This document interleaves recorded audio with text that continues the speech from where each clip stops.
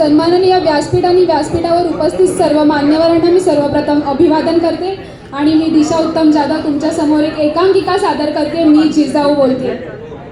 पौष पौर्णिमा शके 1598 रोजी म्हाळसा राणी आणि लखोजी जाधव यांच्या घरी आमचा जन्म झाला.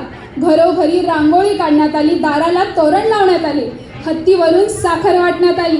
आमचं नाव जिजा ठेवण्यात आलं. जिजा म्हणजे जय आणि विजय. आजूबाजूला सरदारांची वर्दळ, युद्धाचे डावपेच, रयतेची गारहाणी, सल्ला मसलती आणि न्याय निवाडे तर रोजचेच होते. असे होते आमचे बालपण. युद्धकला तर आम्ही अगदी लहानपणीच शिकून घेतली होती, पण त्याचबरोबर आम्ही 700 पेक्षा अधिक मुलींची फौज तयार केली होती. पहाटे पहाटे आम्ही जेव्हा घोड्यावर स्वार होऊन रपेट मारायला जायचो तेव्हा गावकुसातील काही बायका आमच्याकडे कौतुकाने पाहायचे, तर काही नाकही मुरडायचे, म्हणायचे कसे होणार या पोरीचं. पण आम्ही निश्चित केलं होतं की स्वतःबरोबरच इतरांचंही रक्षण करता आले पाहिजे. म्हाळसा राणीच्या इच्छेखातर आम्ही मराठी, संस्कृत, उर्दू, अरबी, फारसी, कन्नड अशा 6 भाषा शिकून घेतल्या. त्याचबरोबर रामायण, महाभारत, नामदेवांची गाथा, कुबेराचे दोहे, कुराण, बायबलही समजून घेतले. त्याचवेळी आमच्या मनात एक प्रश्न निर्माण झाला की धर्म म्हणजे काय?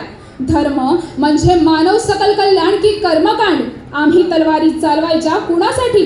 परकीयांची चाकरी आम्ही का करायची? झुंजीत झुंजणार आपण, लढणार आपण, मरणार आपण आणि मारणारही आपण. आणि लढून येणार तो शहा बादशहा. आपण स्वतःसाठी का लढत नाही? आणि कसलं आलं हे पारतंत्र्याचं मुरदाड जगणं? या सर्व प्रश्नांनी आमच्या मनात वादळ निर्माण केलं होतं.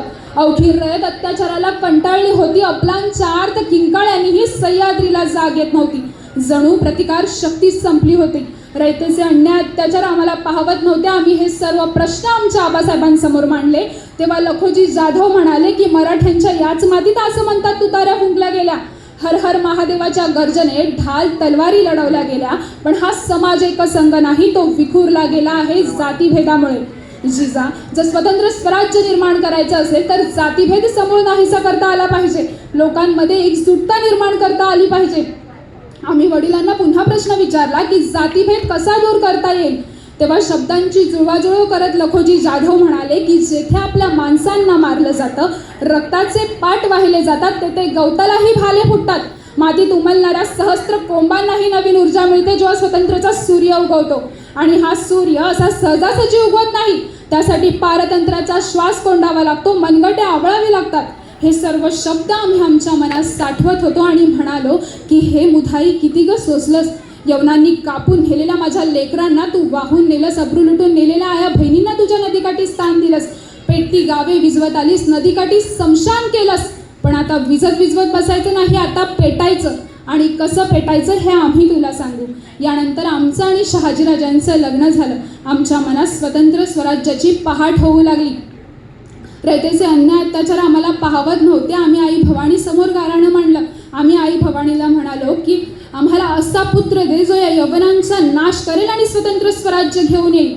आम्ही आई भवानीला म्हणालो की जसा प्रभू रामाने रावण मारला, कृष्णाने कंस मारला, नरसिंहाने हिरण्यकश्यप फाडला, तशाच ह्या पुराणातील कथा आता सत्यात उतरवण्याची वेळ आली आहे. आम्हाला विलक्षण डोहाळे लागू लागले. आम्हाला मेवा मिठाई खावीशी वाटत नव्हती की सुगंधित सरबते घ्यावीशी वाटत नव्हती. आम्हाला हत्तीवर बसावेसे वाटत होते, डोंगर चढून किल्ले पहावेसे वाटत होते, ढाल तलवारी घेऊन चिलकत चढवून लढाया कराव्याशा वाटत होत्या. आम्हाला एकूण 6 अपत्य झाले. पहिले संभाजीराजे, नंतर 4 मुले आणि 6वे शिवाजीराजे. शिवाजीराजांचा जन्म शिवनेरी किल्ल्यावर 19 फेब्रुवारी 1630 रोजी झाला. शिवबा अगदी लहानपणापासूनच युद्धकलेत पारंगत होते. आम्ही त्यांना लहानपणापासूनच शिकवले होते की कोणत्याही जाती धर्माचा द्वेष करायचा नाही, की कोणत्याही जाती धर्माच्या आहारीही जायचं नाही. हे स्वतंत्र स्वराज्य आहे. इथे व्यक्तीनं व्यक्ती स्वतंत्र आहे. माणसाला माणसासारखीच वागणूक द्यायची, कोणाची हेळसांड होऊ द्यायची नाही. माता भगिनींचा आदर करा.